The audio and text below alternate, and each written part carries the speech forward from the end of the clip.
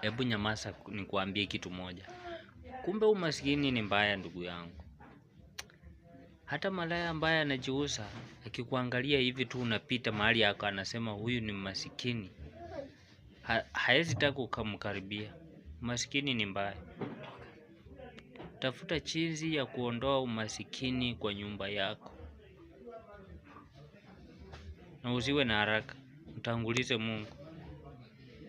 Okundula bona kati milebala kusi. Kayile khakokho khawanga. Kayile nende khanywinywi khamali. Ali anataka utajiri. Afukuse utajiri. Chingokho nicho khoyile balakusi ichecho.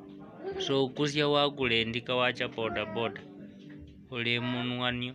Obayukhe munwa oli sipwa kuli. Obayukhe munwa oli umbafu.